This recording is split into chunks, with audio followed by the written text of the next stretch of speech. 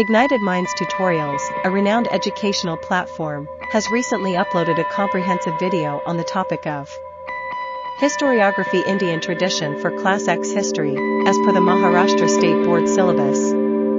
In this enlightening video, students will gain a deep understanding of the significance and concepts of historiography in the Indian context. Historiography Indian Tradition is a crucial subject that explores the methods, sources, and interpretations of historical writing in ancient India. This video aims to ignite young minds and nurture their curiosity about the rich historical heritage of our country. It provides an insightful explanation of the various historical accounts and perspectives that shape our understanding of the past. Through this video, students will be introduced to influential historians like Kalhana, Al-Biruni, and Ibn Battuta, whose works have contributed significantly to Indian historiography. They will also explore the different schools of historiography, such as nationalist, colonial, and subaltern, and understand their impact on the interpretation of history. Ignited Minds Tutorials has always been committed to providing high-quality education through engaging and interactive learning resources.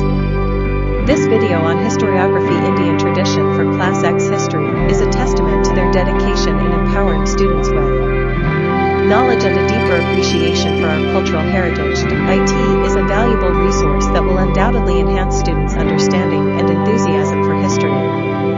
Embrace this opportunity to expand your horizons and embark on an educational journey like never before.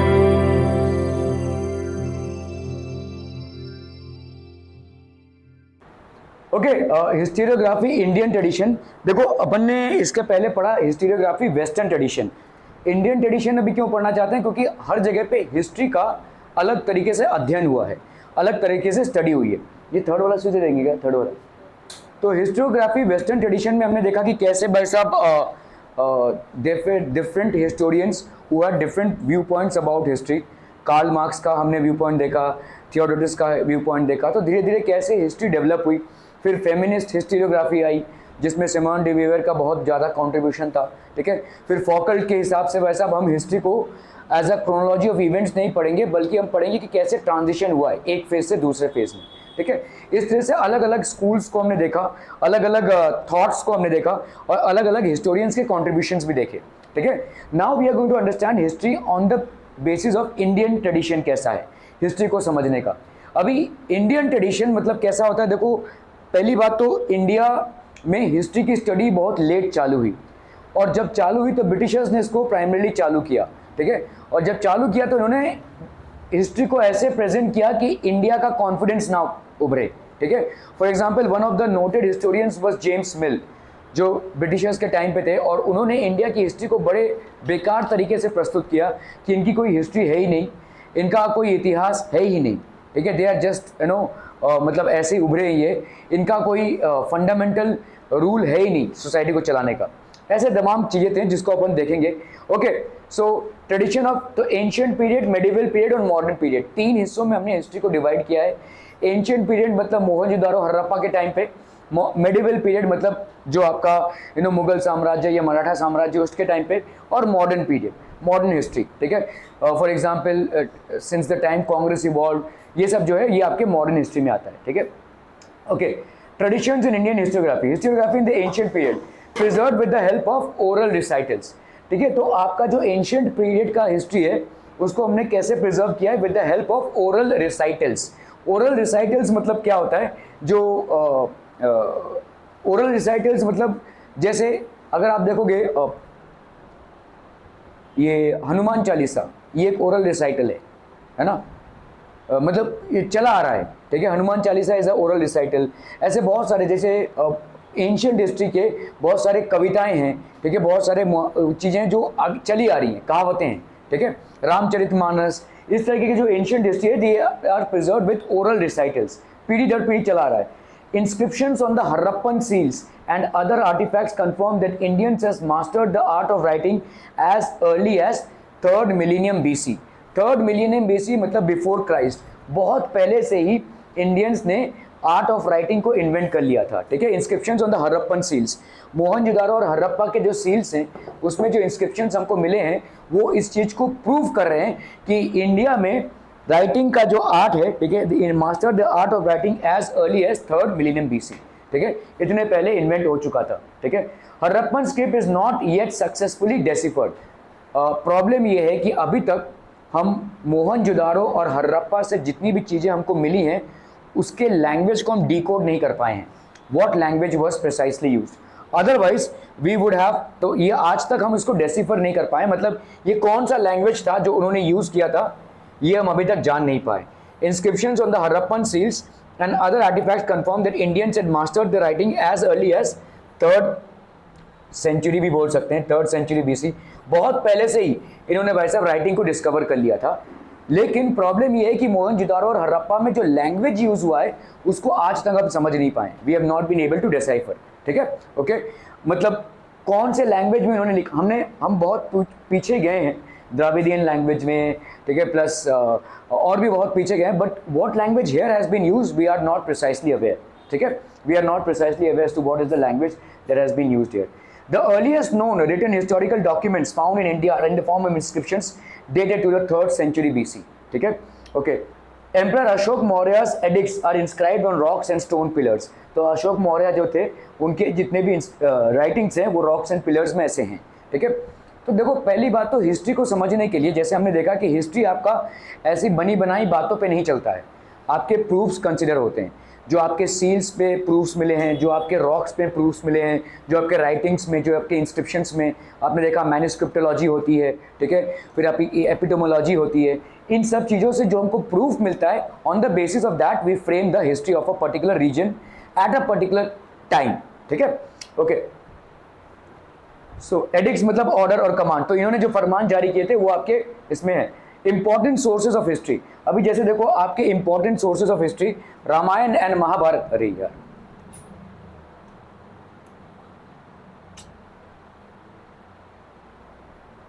Okay, so what are important sources of history. So हम रामायण और Mahabharat, Puran, Jain and Buddhist text, historical accounts by Indian authors and travelogues by foreign travellers, ये आपके बहुत important है। हमारे क्या क्या historical sources है, रामायण और महाभारत हमारे लिए एक हिस्टोरिकल सोर्स है, पुराण, ठीक है, जैन और बुद्धिस्ट टेक्स्ट जो हैं जो पहले के लिखे गए हैं, historical accounts by Indian authors, ठीक है, इंडियन ऑथर्स ने जो लिखा है, and travelogues by foreign travellers. उस टाइम पे बहुत सारे फॉरेन ट्रैवलर्स इंडिया में आते थे। For example one of the foreign travellers फाहीम थे जो बेसिकली चाइना से आए हुए थे और इन्होंने बहुत सारा कुछ लिखा है उस टाइम पे, ठीक है। Ibn Battuta is one foreign traveller was from Istanbul, ठीक है, इन्होंने भी बहुत सारा हिस्ट्री के बारे में लिखा हुआ है। इंडिया में इन्होंने विजिट किया था और इन्होंने अपनी भाषा में इंडिया में जो भी चल रहा था या इंडिया का जो सोसाइटियल सेटअप था, ठीक है, उसके बारे में बहुत कुछ लिखा है, ठीक है।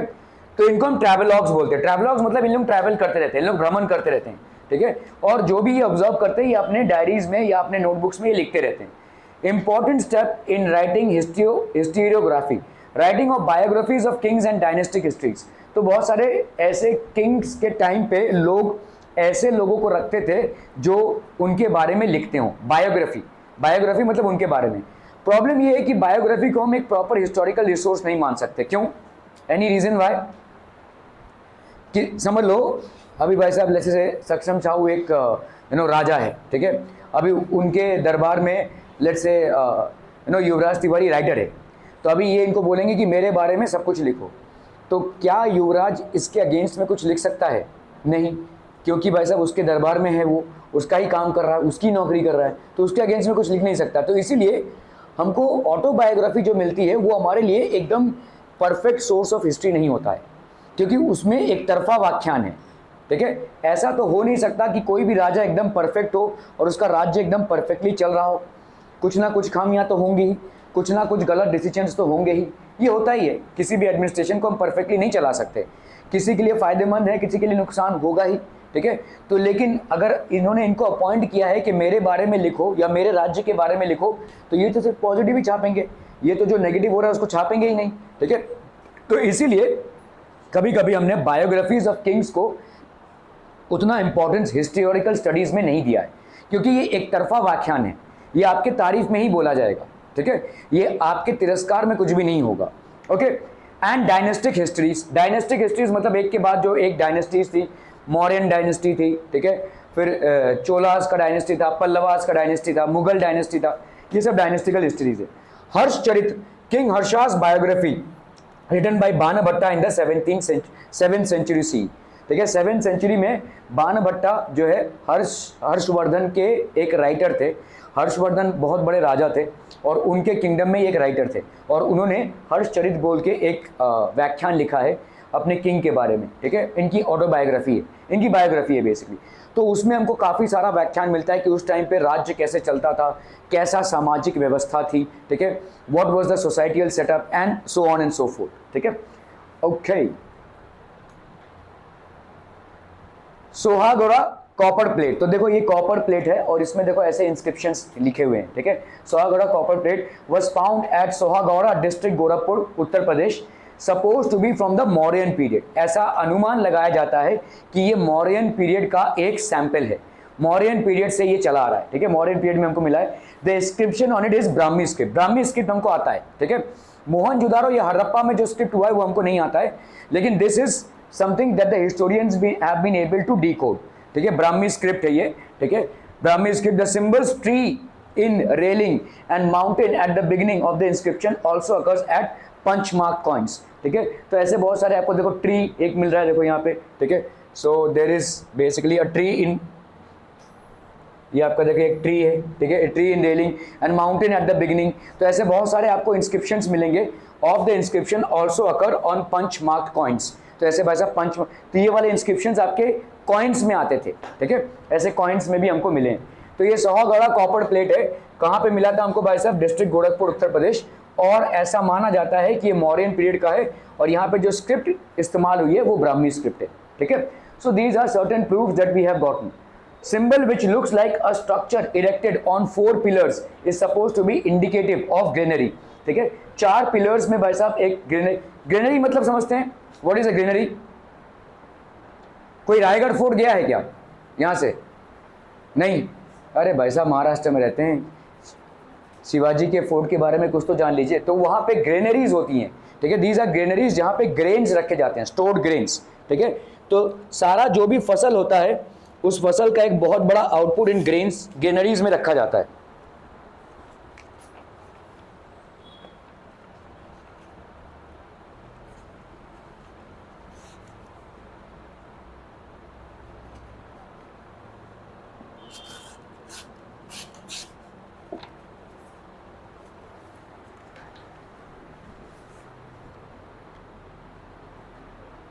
ठीक है, सो दीज आर ग्रेनरीज, मतलब पूरे राज्य भर में जो फसल होता है, ठीक है, इसको कलेक्ट करके एक ग्रेनरी में रखा जाता है।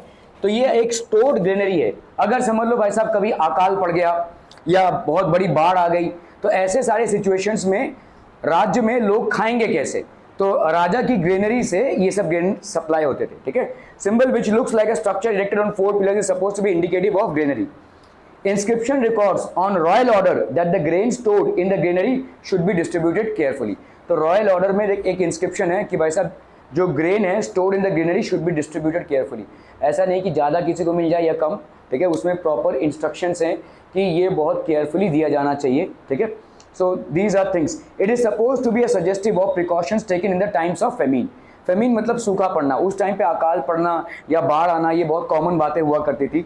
और जब ऐसा होता था तो बहुत बड़े पैमाने पे फसल जो है वो ख़राब हो जाता था, तो लोगों के लिए फूड क्राइसिस जैसी सिचुएशन क्रिएट हो जाती थी।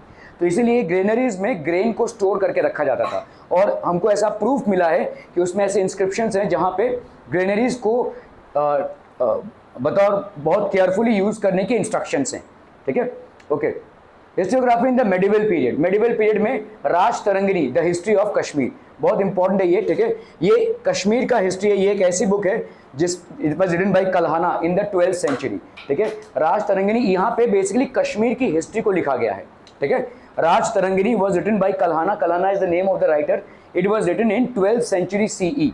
ठीक है, और यहाँ पे कश्मीर की हिस्ट्री को प्रदर्शित किया गया है। Style of writing is quite close to the concept of modern historiography, काफ़ी क्लोज है मॉडर्न हिस्टोरियोग्राफी के संदर्भ में। रिटन आफ्टर क्रिटिकली एग्जामिनिंग, तो ऐसे ही नहीं लिख दिया गया, बहुत सारे कॉइन्स मिले हैं। ठीक है, बहुत सारे एंशिएंट मॉन्यूमेंट्स और डायनेस्टिक रिकॉर्ड्स को लेकर इसको लिखा गया। ठीक है, आफ्टर एग्जामिनिंग इंस्क्रिप्शंस जो मिले हैं, रिमेन्स ऑफ एंशियंट मॉन्यूमेंट्स, अलग अलग एंशियंट मॉन्यूमेंट्स हैं जिनसे ये रिमेन्स मिले हैं, डायनेस्टिक रिकॉर्ड्स हैं, ठीक है, एक पूरा डायनेस्टी का रिकॉर्ड है, एंड लोकल ट्रेडिशंस, इन सब को सम्मिलित करके ये बुक लिखी गई है, ठीक है।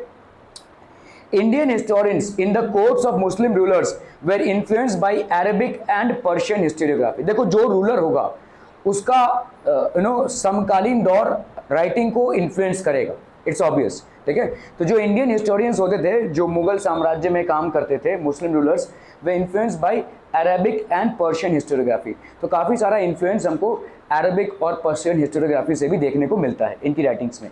Ziauddin Barani, Tarikh e Firoz Shahi, a book written by him in which he states purpose of historiography, ठीक है, इन्होंने पर्पस ऑफ हिस्टोरियोग्राफी को दर्शाया है।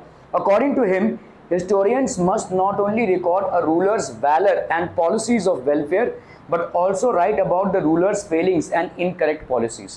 ये बहुत इंपॉर्टेंट है, ठीक है। उन्होंने बोला कि भाई साहब जितने भी आपके हिस्टोरियंस हैं वो सिर्फ एक रूलर के वाह में नहीं लिखेंगे, जो खामियां हैं उसको भी लिखेंगे, ठीक है। मतलब कोई रूलर है, उसके वैलर मतलब उसने कितने राज्य को जय किया या कितने राज्यों को अपने राज्य में सम्मिलित किया, क्या इफेक्टिव एडमिनिस्ट्रेशन था, उनकी पॉलिसीज जो सही थी वो क्या थी। इनकरेक्ट पॉलिसीज हो जाती हैं, ठीक है, इनकरेक्ट डिसीजंस भी हो जाते हैं, कहीं कहीं पे रूलर भी फेल करते हैं, ठीक है, ऐसा नहीं है कि एकदम सब कुछ परफेक्ट चले, ठीक है। सो ये सब भी हिस्ट्री में रिप्रेजेंट होना चाहिए, तभी हमको जाकर एक पूरे सही तौर पे या सही मायने पे उस टाइम पे क्या हुआ था वो पता चलेगा। That could be considered as a valuable source of history, ठीक है।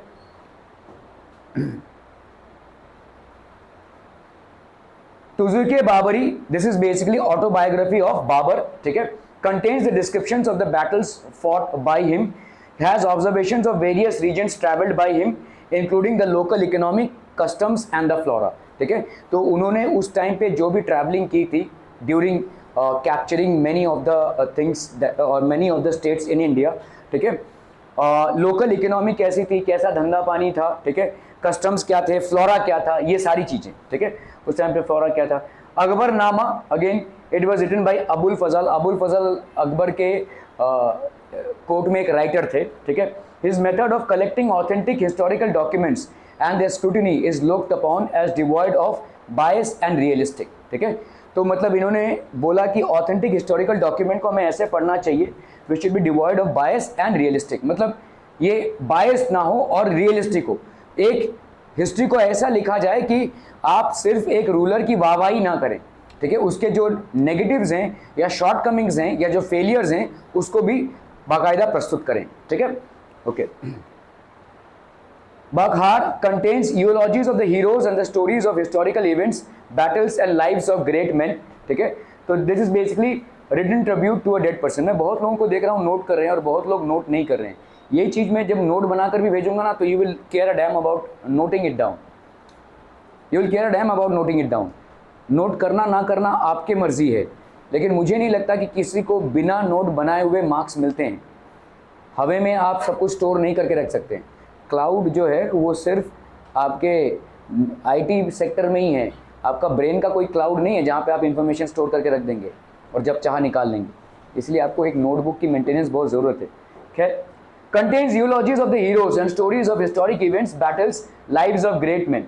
मराठी बाकार्स, ठीक है, आप देखोगे अगर Sabhasad Bakhar written by Krishnaji Anand Sabhasad during the reign of Chhatrapati Rajaram Maharaj. तो ये तो शिवाजी के बेटे थे, इनके टाइम पे ये लिखा गया था। सभासद बाकर रिटन बाय कृष्णाजी आनंद सभासद, ठीक है। भाऊ साहब बांची Bakhar describes the battle of Panipat, ठीक है। पानीपताची Bakhar describes the battle of Panipat. होलकरांचे काई पायात describes Holkars and their contributions to the Maratha rule. तो अलग अलग टाइम पे ये सारी चीज़ें लिखी गई हैं और ये अलग अलग गाथाओं को प्रस्तुत करती हैं, ठीक है। ये मराठी बाकार्स हैं जिनसे हमको हिस्ट्री के बारे में काफ़ी सब कुछ मालूम चलता है। Histography in the modern period in the 20th century the Indian archaeological exploration and research started under the British rule. तो ब्रिटिश रूल ने भाई साहब एक डिपार्टमेंट चालू किया जहाँ पे इंडियन आर्कियोलॉजिकल रिसर्च, ठीक है, मतलब प्रॉपर टीम बनाई गई जहाँ पे हम एक्चुअली खुदाई करके पुरातत्व की चीज़ों को निकालते हैं और उसकी स्टडी करते हैं, चाहे वो कॉइन्स हों, चाहे हमको भाई साहब कोई डॉक्यूमेंट्स मिले, चाहे मॉन्यूमेंट्स मिले, चाहे भाई साहब मूर्तियाँ मिले। सो वी स्टडी दैट, ठीक है, ओके। एंशिएंट साइट्स ठीक है, कौन कौन से एंशिएंट साइट्स से were excavated under the supervision of sir Alexander Cunningham. तो 20th सेंचुरी में भाई साहब Indian archaeological exploration and research started under the British rule. आज भी ये डिपार्टमेंट एग्जिस्ट करता है, आर्कियोलॉजिकल सर्वे ऑफ इंडिया बोलते हैं हम इसको। This department still exist and ये पुरातत्व की खोज करता है। ठीक है, एंशिएंट साइट्स का भाई साहब एक्सकेवेटेड हुए under the supervision of sir Alexander Cunningham, specially the sites mentioned in the Buddhist text. तो इन्होंने पहले बुद्धिस्ट टेक्स्ट की स्टडी की और उस पर कुछ साइट्स मेंशन थे जहां पे बुद्धिज्म स्प्रेड हुआ था या समकालीन दौर पे, और उनका एक्सकेवेशंस हुए। एक्सकेवेशंस मतलब खुदाई करके उनको निकालना। ठीक है, okay. Sir Alexander Cunningham was the first director general of the archaeological survey of India. Important है, देखो आज भी ये डिपार्टमेंट एग्जिस्ट करता है। कौन सा भाई साहब? ये archaeological survey of India, this exist today as well. Sir Alexander Cunningham was the first director general. ठीक है, तो डायरेक्टर जनरल थे ये। ठीक है, आर्कियोलॉजिकल सर्वे ऑफ इंडिया। आज भी ये archaeological survey of India exist करता है और बहुत सारे प्रयासों से मोहनजोदारो, हड़प्पा वगैरह के जो एक्सकेवेशंस है, यही आर्कियोलॉजिकल सर्वे ऑफ इंडिया ने स्टडी की है। आपको जो दुनिया भर में या इंडिया में जितने भी म्यूजियम्स दिखते हैं और उन म्यूजियम से रखे हुए जो भी चीज़ें दिखती हैं, वो ज़्यादा करके आर्कियोलॉजिकल सर्वे ऑफ इंडिया ने एक्सकेवेट करके उसकी स्टडी करके वहाँ पर रखी हुई है। ठीक है, हमको आज के दौर पे जितना भी हिस्ट्री के बारे में मालूम है वो ज़्यादा करके कंट्रीब्यूशन आया है आर्कियोलॉजिकल सर्वे ऑफ इंडिया के लिए। ठीक है, किस दौरान क्या लड़ाई लड़ी गई थी, कैसा सामाजिक व्यवस्था था, कैसे लोग रहते थे, क्या मतलब बिजनेस था, ऑल दीज थिंग्स। ठीक है, the knowledge of about everything, societal setup, economy, rulers, administration, everything, archaeological survey of India plays a very important role. ठीक है, उसका एक बहुत ही महत्वपूर्ण योगदान है इस बॉडी का, आज भी एग्जिस्ट करता है। ठीक है, okay. Harappan civilization was discovered during the tenure of sir John Marshall. ठीक है, तो सर जॉन मार्शल के टेन्योर पे ये हड़प्पन सिविलाइजेशन डिस्कवर हुआ। मोहनजोदारो और हड़प्पा सिविलाइजेशन इंडस वैली की सिविलाइजेशंस थी और उस टाइम पे कैसे लोग रहते थे, और बड़ा ही बहुत ही सुंदर टाइप का एक शहर, दो शहर हमको मिले, मोहनजोदारो और हड़प्पा। ठीक है, ये ऋतिक रोशन वाली मूवी से मत जाओ। ठीक है, मोहनजोदारो और हड़प्पा जो था वो एक्चुअली में इतना ही प्लान्ड सिटी था कि आज की तारीख में भी उतना प्लान्ड सिटी शायद हम नहीं बना पा रहे हैं। मतलब इस तरह से रोड्स की प्लानिंग की गई थी, इस तरह से ड्रेनेज सिस्टम था कि मतलब एक पैसे का पोल्यूशन नहीं हो पाए। ड्रेनेज सिस्टम बहुत इफेक्टिव था। आज की तारीख में भी जो लोग हिस्टोरियंस हैं और जो एडमिनिस्ट्रेटिव प्लानर्स हैं, they are also amazed at the skill set of the people at that point of time. ठीक है, इस तरह से उस शहरों को बनाया गया था। उन शहरों को मतलब ड्रेनेज सिस्टम, आपका रोड्स ऐसे बनाए गए थे कि अपने आप ही साफ हो जाए परपेंडिकुलर बेसिस पे। ठीक है, तो जब हवा आती है तो या तो इस साइड की होगी या तो इस साइड की होगी, लेकिन जिस साइड की भी हो वो रोड अपने आप साफ हो जाए। तो इस तरह से बहुत ही स्किलफुली एक दो शहरों का निर्माण हुआ था जिसका हम एक्सकेवेशन करके जान सकते हैं। ठीक है, Harappan civilization and Mohenjodaro, this was discovered under sir John Marshall. तो सर जॉन मार्शल जो उस टाइम पे ब्रिटिशर थे, उनके अंडर में हड़प्पन सिविलाइजेशन को एक्सकेवेट किया गया था। हमारी तरफ से सिर्फ एक ही खामी बचती है, हम उस टाइम के लैंग्वेज को अभी तक डिकोड नहीं कर पाए हैं। अगर डिकोड कर पाते हैं तो शायद और भी बहुत कुछ जान पाएंगे। ठीक है, क्योंकि जो इंस्क्रिप्शंस हमको मिले हैं या जो कॉइन्स हमको मिले हैं या जो मूर्तियां हमें मिली हैं, ठीक है, इसमें से हमको जो लिखा हुआ है वो हम पढ़ नहीं पा रहे हैं। अभी तक हिस्टोरियंस उसको पढ़ नहीं पा रहे हैं, समझ नहीं पा रहे हैं। कुछ तो लैंग्वेज लिखा हुआ है but they are not able to decode it, otherwise we would have a full proof structure of what happened at that point of time. ठीक है, okay. Indian history could be traced to 3 millennium BC और even earlier. ठीक है, British officials in India wrote about Indian history, the history of British India. ठीक है, 3 volumes were written by James Mill. बहुत ही बेकार आदमी था। ठीक है, क्योंकि इन्होंने इंडियन हिस्ट्री को बहुत ही तोड़ मरोड़ के रिप्रेजेंट किया। ठीक है, देखो समझो इस चीज को कि उस टाइम पे ब्रिटिशर्स इंडिया में रूल कर रहे हैं। ठीक है, इनका मकसद क्या है? हमको लूट पाट के जितना दिन ये रूल कर सके, है ना। They only had one motive, so as to rule, ठीक है, एज मच एज पॉसिबल। ये वैसा लूट पाट के हमको जितना रूल कर सके, है ना। So 3 volumes were written by James Mill. तो उस टाइम पे हिस्टोरियंस जो भी लिखते थे उसके ऊपर एक बहुत बड़ी ये थी कि भाई इंडिया का कॉन्फिडेंस बिल्टअप नहीं होना चाहिए। अगर आपको आकर कोई बता दे कि आपकी हिस्ट्री बहुत स्ट्रांग है या you belong to a very strong dynasty, तो आपके अंदर अलग कॉन्फिडेंस आ जाएगा ब्रिटिशर्स के साथ लड़ने का। तो जेम्स मिल ने क्या किया, ऐसे इंडिया के हिस्ट्री को रिप्रेजेंट किया ताकि हमारे अंदर वो कॉन्फिडेंस ही ना पनपे। ठीक है, बहुत तोड़ मड़ोड़ के इंडिया की हिस्ट्री को रिप्रेजेंट किया। तो हिस्ट्री ऑफ ब्रिटिश इंडिया में James mill he actually represented the history in a very crooked manner.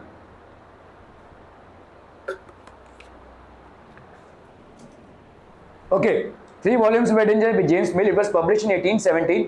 First book on Indian history to be written by a British historian. ठीक है, बहुत बेकार book था ये। ठीक है, कभी भी मतलब अगर हम देखेंगे तो इंडिया के कॉन्टेक्स्ट में इन्होंने इंडियंस के कॉन्फिडेंस को तोड़ने के लिए शायद ये बुक्स लिखी थी। Publish in 1817, first book in Indian history that was written by a British historian. ठीक है, और उनका मकसद यही था कि भाई हम ऐसे इंडिया को प्रेजेंट ना करें कि लोगों का कॉन्फिडेंस बढ़े, क्योंकि अगर ऐसा होता है तो खुद ब्रिटिश रूल ही खतरे में आ सकती है। ठीक है, okay, the history of India written by Mount Stuart Elphinstone, governor of Mumbai. यहाँ पे देखो एक अगर आप वेस्टर्न लाइन में जाएंगे तो एक एल्फिंस्टन रोड बोल के एक स्टेशन है, वो इनके नाम पे है। ठीक है, लोअर परेल के आगे है। ठीक है, एल्फिंस्टन रोड है जो इनके नाम पे ही ये स्टेशन है, लोकल स्टेशन है बेसिकली मुंबई में। तो history of India was written by him. It was published in 1841। A history of the Marathas, ठीक है, रिटन बाय ग्रैंड डफ, ठीक है, published in 3 volumes. Grant Duff's writing shows the British inclination of condemning Indian culture in history. ये पहले ऐसे historian थे जिन्होंने साफ साफ सुथरे तौर पे लिखा है कि भाई ब्रिटिशर्स का ये मकसद ही था कि इंडिया के हिस्ट्री को कंडेम करें। कंडेम करें मतलब तिरस्कार करें। ठीक है, उल्टा सीधा बोले, ताकि इंडियंस में वो कॉन्फिडेंस बिल्डअप ना हो। ये खुद एक ब्रिटिशर थे, लेकिन इन्होंने इस चीज को साहस पूर्वक प्रस्तुत किया। ठीक है, Grant Duff's writing shows that the British inclination of condemning Indian culture and history. ठीक है, Nilkanth Janardan Kirtane and Vishwanath Kashinath Rajwade took upon the task of exposing the limitations of Grand Duff's writing. ठीक है, Grand Duff's writing। राजस्थान की हिस्ट्री भाई साहब written by colonel Tod, 2 volumes written by William Wilson Hunter about Indian history shows an impartial treatment about the country. ठीक है, in the medieval India the historians in the courts of Muslim rulers were influenced by dash historiography, Arabic and Persian। ठीक है, Arabic and Persian। Okay, चलिए भाई साहब, bakhar is an important type of historical document because bakhar is an ancient source of history. किसके बारे में था बखार? मराठास के बारे में। तो क्या एंशिएंट होगा या मेडिवल? मेडिवल होगा। ठीक है, bakhar is a material source of history. We get information about the rulers and the reign through bakhar. We get information about British India. क्या हो जाएगा भाई साहब? We get information about rulers and the reign through bakhar. ठीक है, okay.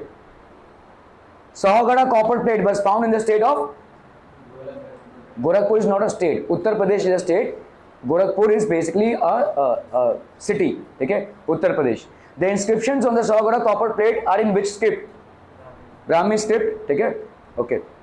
Complete the analogy. King Harsha's biography was known as Harsh Charitra. Autography of Babur? हाँ, तुजुके बाबर, तुजुके बाबरी। ठीक है, okay। Give the names of the first Director General of the Archaeological Survey of India. Cunningham। ठीक है, History of the Marathas was written by Grand Duff। Okay। Previously asked board questions, 2022 का question है। The first Director General of the Archaeological Survey of India was Alexander Cunningham। ठीक है, okay। Read the following extract and answer the questions below. Sahagada copper plate. The copper plate was found in, ठीक है, तो कहाँ पे found हुआ ये? Gorakhpur in Uttar प्रदेश। ठीक है, और ये किस स्क्रिप्ट में लिखा गया है? ब्राह्मी स्क्रिप्ट में लिखा गया है। ठीक है, okay. Where was the Sahagada copper plate found? इस तरह से आपको भाई साहब एक पैसेज आएगा, पूरा पैसेज आएगा। ठीक है, यहाँ पे पूरा पैसेज नहीं दिया हुआ है, लेकिन आपके बुक में से पूरा पैसेज रहेगा। ठीक है, where was the Sahagada copper plate found? Obviously in the district of Gorakhpur in Uttar Pradesh. In which script is it written? Brahmi script. ठीक है, और क्या था भाई साहब? Explain the importance. इसमें बहुत सारे इंस्क्रिप्शंस हैं। It is suppose to be from the Mauryan period. ऐसा हम मानते हैं कि मौर्यन पीरियड का है भाई साहब। सिंबल्स ऑन इट आर, तो कौन कौन से सिंबल्स थे भाई साहब? आपको एक ट्री का सिंबल मिलता है, ग्रेनरी का सिंबल मिलता है। ठीक है, ट्री, ग्रेनरी, हाँ, माउंटेन। ठीक है, गुड। तो ट्री का, माउंटेन का और ग्रेनरी का सिंबल्स आपको इसमें मिलता है। ठीक है, you get symbols of tree, granary and mountain. और क्या है भाई साहब? Records of royal order regarding grain store which is supposed to be suggestive of precautions taken during the time of famine। तो यहाँ पे रॉयल ऑर्डर है जहाँ पे भाई साहब फेमिन के टाइम पे जो प्रिकॉशंस लेने थे वो है क्या क्या